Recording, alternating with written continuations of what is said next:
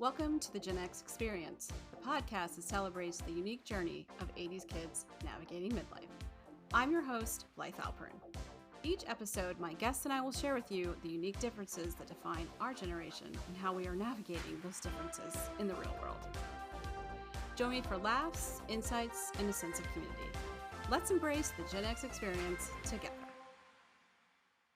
Welcome back to the Gen X Experience. This is episode 47. And today we are continuing our two-part series on divorce, which is our topic for the month. Last episode, we talked about dealing with divorce as a woman. Today, we're going to talk about navigating divorce from the other side of the gender aisle as a man. And I have a really great guest who is a certified divorce coach, among other things. And we're going to talk about all kinds of different things that men need to know, why it's okay to ask for help, why you need to do the work, how to navigate custody and talking to your kids, boundaries, dating, all those things. So before we get into the podcast, let me share a little bit about my guest, Justin Milrad.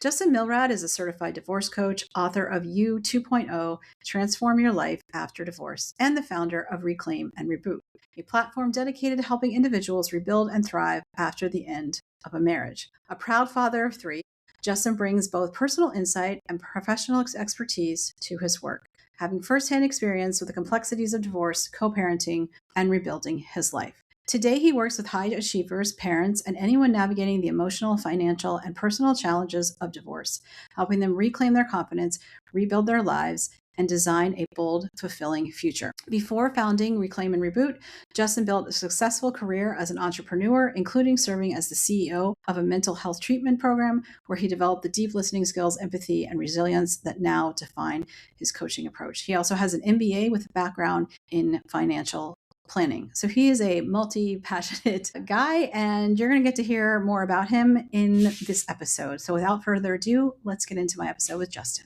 So Justin, thank you so much for coming on the podcast to talk about divorce directed towards the male perspective. I think it's important to talk about it because I don't feel like, and maybe you can correct me if I'm wrong, I don't feel like a lot of conversation around divorce or getting support is directed towards men. I feel like a lot of it is directed towards women. And I think that's kind of a detriment to men because it's okay to talk about your feelings and the stuff that you're going through. What are your thoughts on that? Yeah, there's no question about it. First of all, thank you for having me on the podcast. For men, it's a emotional earthquake, and we struggle a little different. It's true what they say, men are from Mars, women are from Venus. Women are much better at seeking support and help, and we're better at internalizing it. We go through a silent struggle. We're often socialized to suppress our emotions, or as we're told, to man up. Divorce for us has a lot to do with our identity. It can make us feel like a personal failure. It's a real, true path to isolation and stagnation. And, there's lots of research out there that shows that divorced men have significantly higher rates of depression, anxiety, suicide, alcohol and drug abuse than divorced women. I mean, I'm not surprised just because growing up Gen X, I have a brother, and whenever he got to a certain age and he would start being upset or crying, it was like, oh, you got to stop. You're a boy. You're a man. You can't, are not supposed to cry or show their emotions. And that, there's nothing wrong with showing your emotion. And I think it makes it harder when you get older because then when you go through something like a divorce, you don't know how to deal with emotions, whereas women were just allowed to express them most of the time. It's really hard to move on if you don't have an opportunity to deal with your emotions. And I think for men, it's a double loss. And I'm not saying that men are losing more than women. We all suffer and struggle in our own ways, but we lose more than just a spouse. We often lose our primary support system. Often it's our home and consistent contact with our children. We are feeling squeezed and we're living bereavement. And I think there's also another challenge. I think being part of Gen X, men are still considered to be the provider, or at least we think so in our own head. And there's a confusing, dynamic in marriages because women, thankfully through lots of, hard work and getting out in front in the public, in the workspace, there's a much stronger dynamic and more balance. But then when you go back to the home, Men feel like we're failing because we can't handle the same load that many women can. And I think there's a real resiliency on top of that, and something that I find with a lot of my clients, the female clients will say, well, my husband can't handle the kids, or my husband doesn't know how to cook or do laundry or all these sorts of things. And that may be true. It's not true in every family. And sometimes roles can be and are reversed, but it doesn't mean, men are incompetent. It just means that we have to learn a new skill the same way that women have to learn some skills that are traditionally done by, men in the households. It takes work and it's a lot of change. And the first year is harder than future years in most cases. We're developing and building new muscle. I know there's always a time frame for different types of grief, and divorce is obviously a grief journey. Do you notice, you said the first year is the hardest. When do you feel like men get to a point where they're like, okay, I'm not, I'm okay with this. I've let go of some of the grief, the anger. I'm ready to kind of like move on with my life or adapt to my new normal. For men, there are 5 stages of grief: denial, anger, bargaining, depression, and acceptance. And it's not linear. Sometimes you'll be in 3 of those stages in one day. And it really depends how we do the work. So by doing the work, that means lots of introspection. That means identifying what was working, what wasn't working, where we contributed, but also defining the life that you want. And in my own divorce, we were 3 years in, and I was playing the victim the entire time, until I hired a divorce coach. And then the divorce coach helped me with radical acceptance, acknowledging where I was and the world that I'm currently in, and also to see the opportunity of how I can kind of recalibrate my life and create a life that I love and be, happier, a better father, a better person, healthier. In many ways, kind of looking back, even though I never wanted to get divorced, this was a blessing because I was able to get off the hamster wheel of life. I was able to look and evaluate, where I was and to make changes. And, fast forward, I'm happy to say I'm in an amazing relationship. It's almost 3 years. We're engaged to get married. My kids are doing well. I'm very happy. I'm doing something that I really love. So divorce doesn't have to be, doom and gloom. It could be, the most amazing release. And what I think is really important for everyone to know and understand is divorce is typically between two good humans who, intended to get married, have kids, live life together. And at some point, the marriage broke down. And that doesn't mean that, they're not good humans. It just means that the marriage ran its course, or some trust was broken, or something happened. But your life isn't over. In fact, it could just be beginning. And, we're very young. When we get married, our brains often aren't totally formed, and we have life experiences and we change. The original institution of marriage was when there was an average life expectancy of 25, Right. but now people are being married for, 50, 60, 70 years, which is incredible. Well, you got to put a lot of effort in to make sure that that marriage is working and that you're both happy. And there's a lot of people who are in, unhappy marriages, but they choose to do nothing about it. Yeah, and we only have so much time living on, as a person living.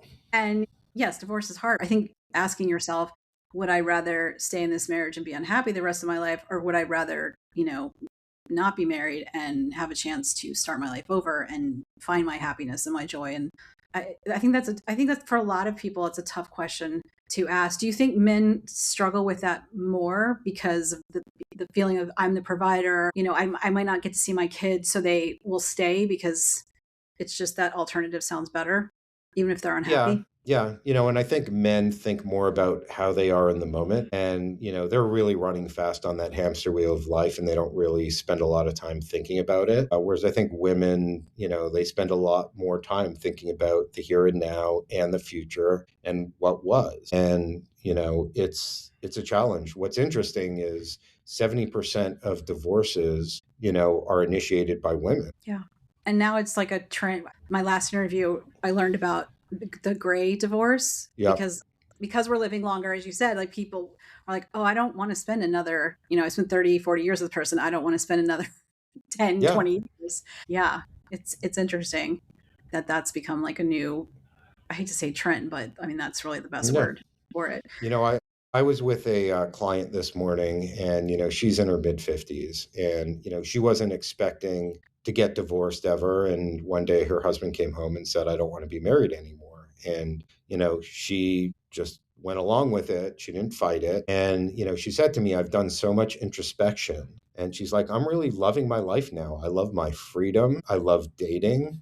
She now met a guy that she really likes, but she's like, "I really like my life." And she felt that she was serving her husband, and taking care of the kids, and really lost part of herself. So that, this was a nice clean break, and she turned her pain into fuel. And now she's living a life on her terms, one that she's very, happy about. And she's creating, a plan for the next 20 or 30 years. That's amazing. Divorce can be a new start. It doesn't have to be the end of everything. So since men do tend to, well, I mean, Gen X in general, we are very bad at asking for help, but men aren't great at asking, or seeking out help or going to a therapist or, um, and you said you have to do the work. If someone is thinking about, okay, I need some help, but I'm not ready for therapy, what would you recommend they do? Pick up your book and your workbook and start with that first? Pick up my work and my book and my workbook. But like, in all honesty, I had never heard of a divorce coach before, and I found out about one, literally 8 weeks before we went to trial. And that person was able to flip my attitude. A coach focuses on the here and now and the future, which therapists do as well, but I think therapists focus more on regulation, understanding your past trauma. And I think, if you can afford it, I think using both a coach and a therapist is the best, opportunity. A lot of coaches offer free 30-minute consultations. You can get a lot done in 30 minutes, and you don't have to be with a coach for the rest of your life. You could do 6, 10 sessions and be in great shape. And one of the other things is, people don't want to spend more money, after they're spending $500 an hour on an attorney. Right. But if they're using a coach, they're actually saving a ton of time and a ton of money, because they're going to be prepared when they talk to their attorney for their highest and best use. And I read something this morning that I thought was really interesting. And it basically said that if you show up to your attorney with your numbers, your budgets, and understanding what your assets are and everything kind of laid out, you're going to save 40 to 50% of your legal fees. Because a Wow. big part of it is just putting together that financial picture. Because there's two parts of a divorce, division of assets, which is anything that's marital. You divide that, and the laws change depending on where you live, but it's either 50-50, or it's what's called equitable, distribution, which is fair-ish. And then if you have kids, there's custody. And the thing about divorce is, there's a start date and there's an end date. So eventually you're going to get your divorce decree stamped by the court, and you're officially divorced. Well, that's all, great if that's what you're looking for, but you haven't done the work of setting yourself up for the future. And, the number one question I get mostly from women, when they start talking to me is, am I going to be okay? Well, you don't know if you're going to be okay if, number one, you don't have the numbers, but number two, if you haven't defined, what is your life going to look like? What are the values you want to live by? How old are your kids? So you've really got to plan for the short term, the medium term, and the long term. And I think that's what's missing. No, that's a really great point to bring up because, yeah, a lot of people, they're so angry and hurt that they go in emotions first and kind of leave the thinking part out. But yeah, the better, if you do the work and get your emotions in check, then do the financials and think about all the things, the present and the future, then maybe it doesn't have to be so ugly and messy. Not saying that it won't be, because you never know how each person is going to act, but yeah, being prepared it's always a good thing. So speaking of, so let's talk about, like, children establishing custody. Historically, usually women, have more of the custody. Men are either not seeing their kids. I know that's changed a little bit, but they're not seeing their kids that often. How do you, make sure? I mean, it's a negotiation. I understand that. But as a man, that's something you need to think about before. Like, how often do I want to see my kids? How old are my kids? What is the plan? So how do you mentally prepare for that discussion? I think you need to approach divorce as amicably as possible. And I always say, and it's actually the title of my next book, which is almost done, divorce recovery is a single player game. So it's not about winning in the divorce, because no one wins in the divorce, but you can win in life. And if you've decided to have kids and you're a good parent, you want to be in their lives, because every kid needs a father, every kid needs a mother. And if you can split the time 50-50 and make that work, then that's what you should do. And frankly, many of the judges don't want, inequitable distribution of time when it comes to custody, because they know that kids need both parents. And the other amazing thing, when I tell clients this, it blows their mind. But there's research that says that if you have a good co-parenting relationship with your ex, it's as if you never got divorced in terms of the damage that's done for your kids. So, what damages kids are bad co parenting relationships where the parents are fighting, where they're trying to use their kids as messengers, or they're using their kids to parent them, and to share the problems of the parent. Like, those are things that can really damage a kid's growth. They shouldn't be dealing with that at this age. So it's really important to, number one, be on the same page when it comes to the kids, and don't expect an apology. It'll be nice if you get one, especially if you were wronged, but you may never get one. And you want to focus on living the best life you can and winning in life, not in the divorce. You need to make sure that you have strong boundaries, with your ex. You focus on the business of your kids, and the business doesn't end when they turn 18. The business will always go on, marriage, happy occasions, sad occasions, and kids. Your lives are going to be intertwined if you have kids forever. So I think it's really important to try and be on as close of the same page as possible, but also as the man, don't assume that you're not going to get 50%, but you gotta level up. You got to improve your skill set. And that means, some things that you may not be comfortable with, you learn. And, I will say, even though I went through an absolutely horrible divorce, and I think it was really the attorneys that, turned it, into a war. My ex and I are, I think we're doing a great job co-parenting. In fact, I give us an A+, because we're on the same page, and we try and have as much consistency between the two households as possible. We don't withhold, the kids from one parent. We let them talk to the other parent if they want to stay at, the other parent's house.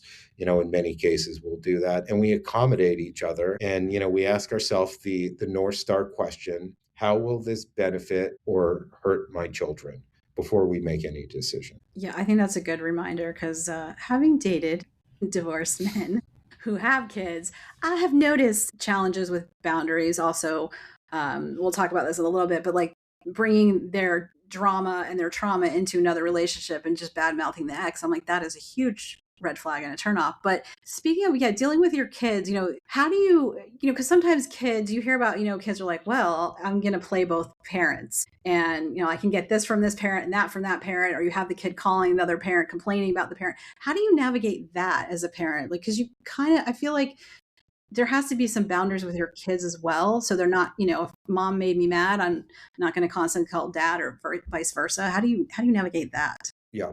So first of all, there's no perfect formula, and you're always going to be adjusting. So, I think what's really important is to acknowledge that every one of your kids is going to be different, and you may have to treat them a little different. You're going to try and create as much consistency as possible. But if you can create some similar routines in both houses, like perhaps bedtime, television and computer chores, respect, and they don't all have to be the same, but the more consistency, the less confused your kids are going to be. And then you have to hold, certain boundaries in place. For example, as a parent, you tell one another, I am not going to badmouth you in front of the kids, and that whatever discussions we have should be age appropriate, because, what happens at 9 years old is different than what happens at 16.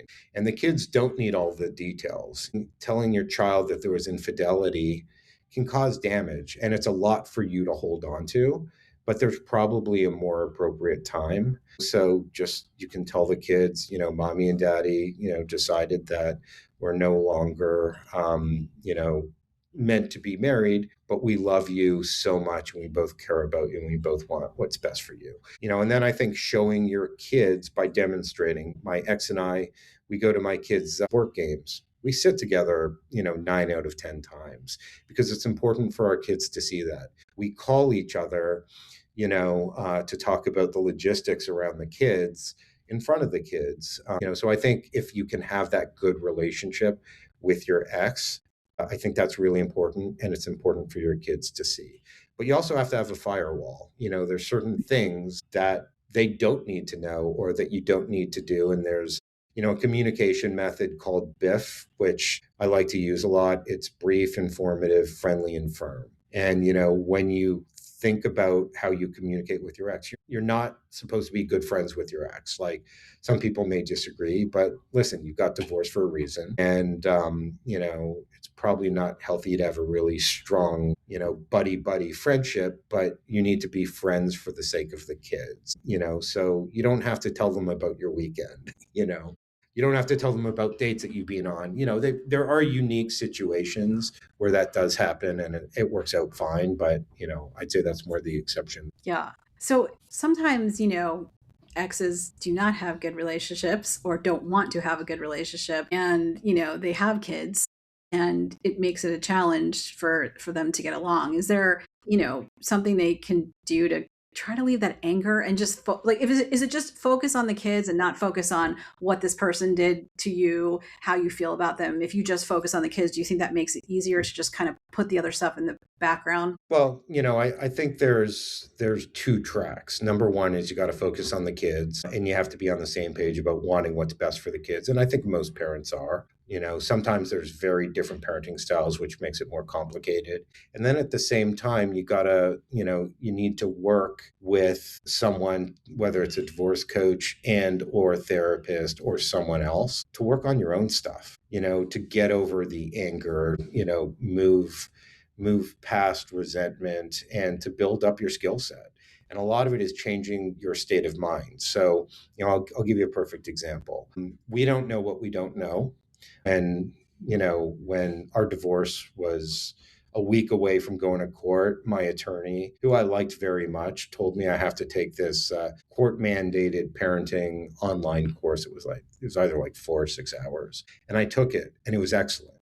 And I wish the minute I filed for divorce that they said, if you're going to co-parent with your ex, you need to take this course right then and there, because information is knowledge. There's a lot of evidence that I think if you were to tell two parents at the beginning of the process, here's a good divorce, here's a bad divorce, here's the outcome of a good divorce, here's the outcome of a bad divorce, most people are fairly rational and they don't have to like one another to make good decisions. And, I think that is a real challenge. And when I work with my clients, I have sessions, if it makes sense, with the both spouses. So to talk about co-parenting early on, but also when the divorce is final, I try and have a session with both spouses to say, okay, here's what the future looks like. And if you start right, you stay right. And here's things that are going to come up. And also in the process, there's things, if you go to mediation, you want to make sure you address all the big topics, but also the small topics, things that your lawyer likely isn't going to bring up, like, who pays for the first car?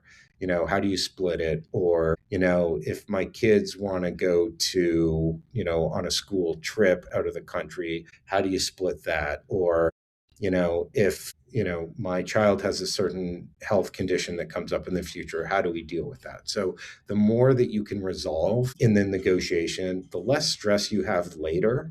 And I think this is so, so important because, if something comes out of left field, let's say you have 4-year-old kids, twins right now, and in 12 years, your ex says, oh, we have to buy them a car. Well, guess what? I never thought about that. I never saved up for that. And now you're putting me in a crappy position because I couldn't prepare. And that's when, anger happens, when there are unforeseen circumstances that could have probably been predicted. Yeah, no, You know, that's true, because you hear stories, or that because people forget that your kids are not going to be the age they are when you get divorced. They're going to grow up, or maybe they already are grown up and they're still going to have things come up, and it's important to think about all the stuff, Yeah, which is there are major differences between 3 and 7, 8 and 14, and 15 to 18. They're very different kids. so if you think about everything and start from the beginning, being on the same page, then you can weather whatever changes happen. Let's Yeah. speaking of changes, at some point, some divorced men and women, but they think about dating. And like I said, having dated some divorced men who I think could use your help very much because like they have not dealt with their anger, or they want a mommy, and that's not my job. How do you decide like when it's right to date, like that you're ready, not just like, okay, I need to, get some, because that's not really dating, versus like, I want to have a relationship, and remember that like I'm divorced and I don't want to take that into the next relationship, because as a single girl, as I said, I don't, if you constantly bash your ex, like I start to think that you're the problem and that you're going to be a problem dating me. And also, I don't want to keep hearing about your past because I don't want to keep talking about mine. So, what is some advice you give, like when to know to start to date and how to make sure you're not just constantly talking about your divorce and your ex? Yeah. So, I think the first thing I want to say is a lot of people are terrified about dating. It's kind of like, I haven't dated in 20 years. I don't know how to use the apps. I will say dating was one of the most exciting things, and I really enjoyed it, but it really takes, a frame of mind, and you have to do the work. The other thing that I notice a lot is you end up picking someone just like your ex. And, second marriages have a 70% divorce rate. And there's probably a good reason for that. So I know this sounds cliche, but doing the work on yourself and doing the work on your past relationships is really important. So I always say before you go date, you can go out and have some fun, but be transparent, with the person, because sometimes that's all people want. They just want some companionship, and, they want to have a little bit of fun, which is perfectly fine. As long as they're consenting adults, that's good. But when you start doing the introspective work and you're finding out who you are, what you need, what didn't work, what would you like, and you do that with your ex, you start dating yourself. And that just really means get to know yourself. And then, some people say, and this sounds creepy, but I don't mean it that way, date your kids too. Like, get to know them. Like, I had a great relationship with my kids, but I really know them well now. And we have a special, special relationship. And I think when you're feeling good about where your kids are and where you are and when you're, what you're looking for, then you can start dating. And for some people, I'd say don't start dating for at least 6 months, but probably a year. And then, there's do's and don'ts on dates. Don't go in talking about your ex. That, I know from working with many of my clients that that's the easiest way to turn someone off. Like, that's your past. Move on, give it honorable mention. Don't talk badly about your ex. Just say, if they're a good mother, good father, acknowledge that. I learned a lot. We had a good marriage until we didn't, and boom, I've moved on. And then how to date, I think is, I like going back to old fashioned dating where you get excited about it. And, you pick an outfit, you wash your car, you come up with a plan, and go have fun with it. If you're nervous, go look up, on Google, look up 20 questions to ask a new date. There's so much interesting technology. You can even, if you're really nervous, role play with a friend. No, it's great advice. Yeah, and yes, Google is free. Please use. As a again, as a single Yeah. girl, it's so many times I've had guys like, I don't know where we should go. I'm like, there's the internet. And when we didn't Yeah. have the internet, y'all were able to figure out where to take us. Yeah, try to, and this, I mean, it applies to women too, but like, put your best foot forward. Yeah. It, Doesn't hurt. it, Yeah, it looks good when you do your research. When you don't, and you don't have an opinion, that's a real turnoff. I know you're in Atlanta. It's either free or very low cost Jewish website called Love. They do a great job, matching people, because it's a mitzvah, as they say. right. I did not know, because I haven't been here that long. I did not know about that website, but I'll have to look into it because I've taken a Yeah, break it's from dating. and I just want to say one other thing. Matchmaker. I used a matchmaker. My current fiance is the first date I went on, and there's a science behind it. We're all very busy, and some of the apps are amazing and some of them aren't. And, I never used them. I met my first wife or my ex on JDate, but that was, back in 2006. But a matchmaker is a great way to meet someone.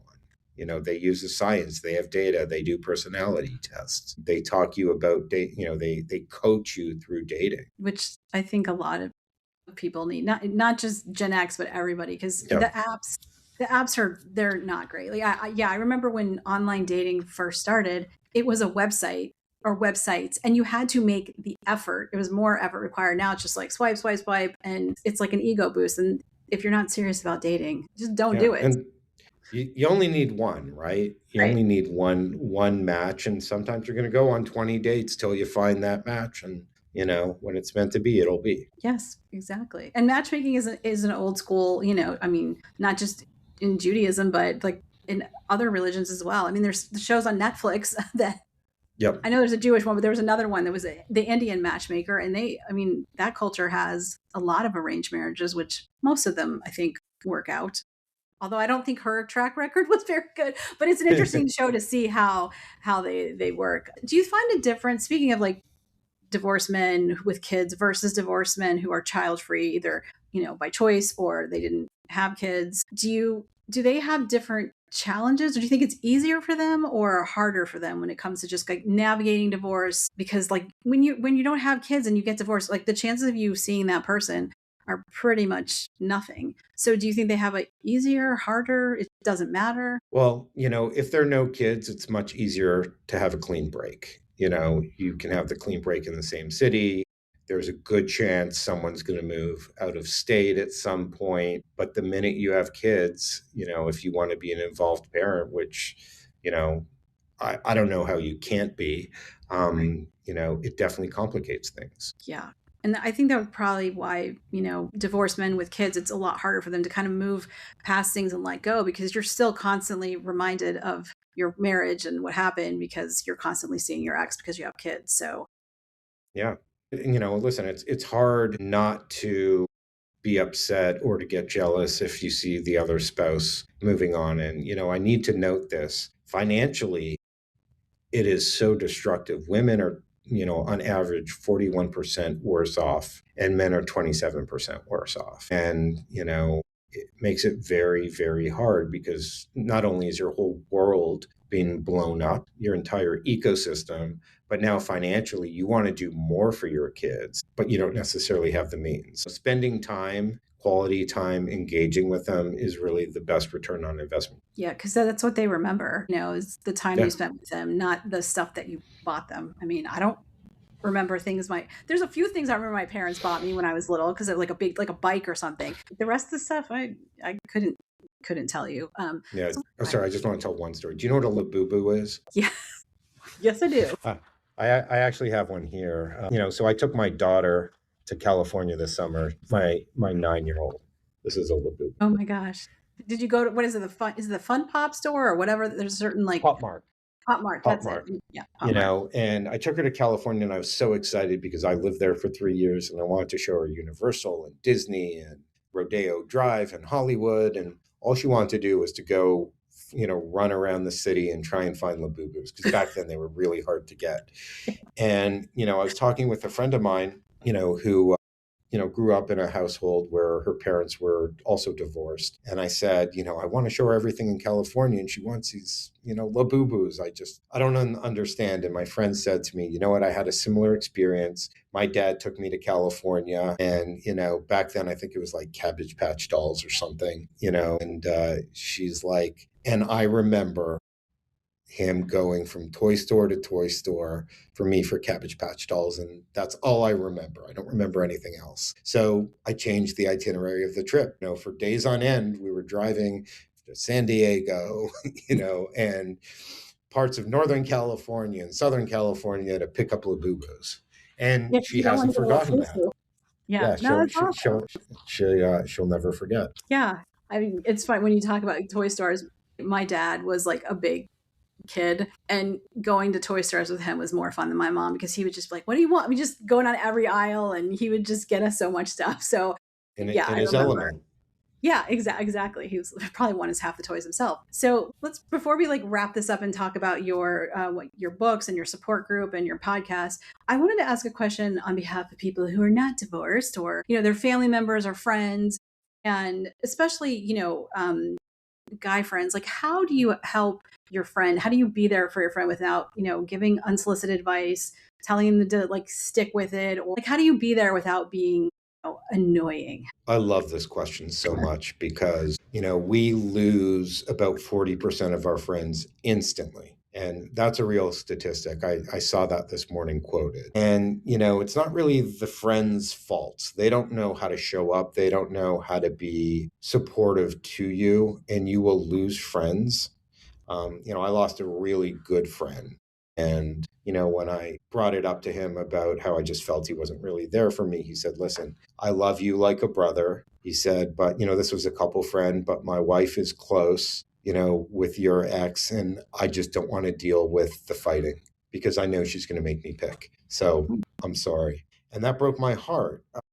So what can you do to support your friends? Number one, get educated to learn, about some of the pain. I'm going to do a shameless plug of my podcast, The Conscious Divorce, but it's really focused on emotion. And I'm actually going to do a episode soon on how to be a friend. You can just go to your friend and check in and say, listen, I really don't know how to support you, but I want you to know that I'm here. If you ever want to talk, you want to go away, you want to grab a meal or a drink, I am here for you. How can I support you? Just be there. And I think that will go a long way. Because when you're going through a divorce or you're divorced, sometimes you feel like a leper, Hmm. Yeah. and it's not that people don't love you or they don't care. They totally do, or at least most people do. They just don't know how to approach it. So the easiest thing for them to do is to just ignore it. So your social life is all part of an ecosystem, and some of your friends, if they're like plants, they'll wither. Others, you'll find new ones, and you have to cultivate new growth, and you have to work hard to find new communities and new ways of getting support. We talked a little bit earlier about synagogues. Synagogues, community, sports. I started training for a triathlon, and there's a whole new community. So the worst thing you can do is be alone during a divorce. That's where the pain really starts to multiply. Mhm. And then on the positive side, if you start doing good things, then it compounds. And also seek out veterans of divorce. There are a lot of people who've gone through divorce and they're doing great now. Some stay single, some choose to remarry, but they need to be your guides and your mentors. And, there was a friend of mine here in the Jewish community who he was about 15 years older than me. And, he went through a terrible divorce years ago, and he's doing great now and he's very happy. And I'd meet with him and he'd coach me, just as a friend. And he gave me incredible, incredible advice. I love And that. then I That's guess one last point, don't Yep. be afraid to be vulnerable. With your true friends, be honest about what you're going through. Yes. They don't need to solve things, but, vulnerability is the key to deep connection. It's how you build support systems that can sustain you. And guess what? Lots of people are going through their own stuff, so you can support one another. It was interesting. Last year I posted on Facebook that I decided to become a divorce coach, and that I had gone through a divorce, because many people didn't know. And I think it was 22 people private message me about their own relationship challenges, either having gone through divorce or they're thinking seriously about it, or there's infidelity or shambles. So other people are experiencing pain. And sometimes when you're being vulnerable, you're not supporting yourself, you're also supporting someone else. So it's a win-win. Yes, and if you're not being vulnerable with your friends, then they're going to assume that you're just fine. And Exactly. they may not know that, like, when you're sitting at home with your thoughts, that you're feeling awful, and you don't have to put on. And if you do have a friend that you doesn't want to hear it, or says you have to put on a brave face, go find somebody else, because they're not going to be there for you when you need them. Well, thank you. Yeah. Yeah, this was such a great conversation. I hope men listen and pay attention. I mean, this could apply to women as well, but I really think men need to be okay with saying they're not okay, and to seek help and to do the work. Like, I think that could be the theme of this podcast episode, is like, do the work, because a lot of, which applies to a lot of things, but when you change your mindset and work on yourself, then yeah, you can feel better and go on and not, think that divorce is the worst thing that's ever happened to you.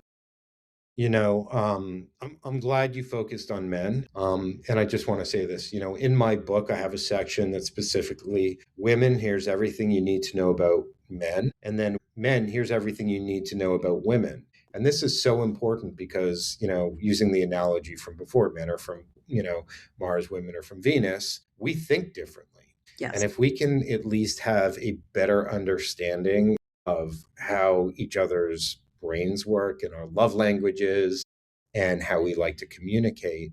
Well, if we seek that knowledge, then we can have a stronger relationship and we can communicate better. And then, if you decide to divorce, you are in a more level playing field with not nearly as many landmines to mediate, Yeah.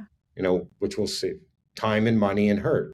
Yes. And that, I mean, I love that you have in your book, which is available on Amazon, Yep. correct? Okay. And the workbook is available on Amazon as well, right? Both Here's of the them. book. Okay. And I will include that in the show notes. But I love that you put in there, so men can understand women and women can understand men, because that is a problem that we don't, I know men definitely do not understand this, and I get it because we are a little bit complicated, but it does help to try to understand this. So in addition to your book and your workbook and your work as a coach, you also started a podcast not too long ago focused on divorce, which you spoke a little bit about. And is that on all the, Spotify? Yeah. It's on all the platforms. It's called The Conscious Divorce because I don't want you just going through divorce. I want you to consciously go through divorce so that you can consciously uncouple. Quote Gwyneth Paltrow and was it Chris Martin? Is that the consciously uncoupling? Yeah. She's an interesting person. And Chris Martin, I think, caused a divorce. Well, his band caused a divorce last year, which is not his Yep. fault. Those people should have known better. So in addition to your podcast and your book and the work you do, you also have a support group for men, which is an 8-week program. Do you want to talk briefly? It's on your website. I'll include that link too. You want to talk briefly about how that works and what you do? Yeah, it's interesting. When I was going through my own divorce, I tried to go to some support groups and some were very good and helpful and others I felt worse leaving, than when I started. They were just so depressing. So I wanted to put together a support group of men who really want to work and move through divorce and, become whole and hopefully, make their kids and their ex-spouse whole. It's 8 weeks on the website. It kind of, goes through the structure. Every week, there's psychoeducation and learning. There's a little bit of homework, nothing, overly consuming, but it's an opportunity to work on yourself, or as we say, do the work. And it's an opportunity to meet other men who are going through the same thing and building new relationships, and it's virtual, so it makes it really easy. And if we find we have people in the same cities, then maybe we'll have some get-togethers, and I plan on doing some mixed groups and groups for women as well. Awesome. That's great. So all your information will be in the show notes. If people want to, men or women want to reach out to you, where do you want to send them first? Where's the best place to connect with you that you spend the most time on? Absolutely. So, if you go to the website, it's www.reclaimandreboot.me. You can set up a free 30-minute consultation. There's no pressure to become a client. I just want to hear your story and see how I can help you. There's lots of free tools on the website to download. You can always call my mobile at 404-353-5175. Text me, and I'll respond as quickly as I can. And divorce isn't the end of the world. And sometimes it's, a blank canvas to design the most incredible life. So try and look at it that way, but make sure you do right by your ex and by your kids, and life moves on. And I'll finish with this one quote, which I really love. It's, yesterday is history, tomorrow is a mystery, and all you have is the now. So, tomorrow is not promised, and you want to enjoy each and every moment that you're alive on this earth. Yes, I think that's a perfect way to end this episode. Thank you again, Justin, for being on it. This was so informative and interesting. And I learned some, info about men and divorce that I think I will use if I start dating again. But thank you so much. And again, all of his information will be in the show notes, so you can reach out with him, buy his book, listen to his podcast, and work with him. Thank you so much to Justin Milrad for coming on the podcast. I hope that all the men listening got a lot out of it. Definitely go check out his books and workbook. His podcast, The Conscious Divorce, on everywhere podcasts are available. And yeah, connect with him if you are thinking about getting divorced, going through it, or been through it, and you would love to work with someone who can help you move on with your life and get in a better place. Because as he said, you have to do the work, and divorce is not the end. So this will conclude our 2-part series on divorce. If you have any thoughts or questions, as always, you can email me in the show notes. And if you like today's episodes or any of the episodes, please rate and review the podcast. It really does help people discover it. And until next time, my fellow Gen Xers, don't you forget about me, because I will not forget about you. Thank you for taking the time to listen to the Gen X Experience. If today's episode resonated with you, please consider sharing it on social media or with a friend. We'll see you back here next time.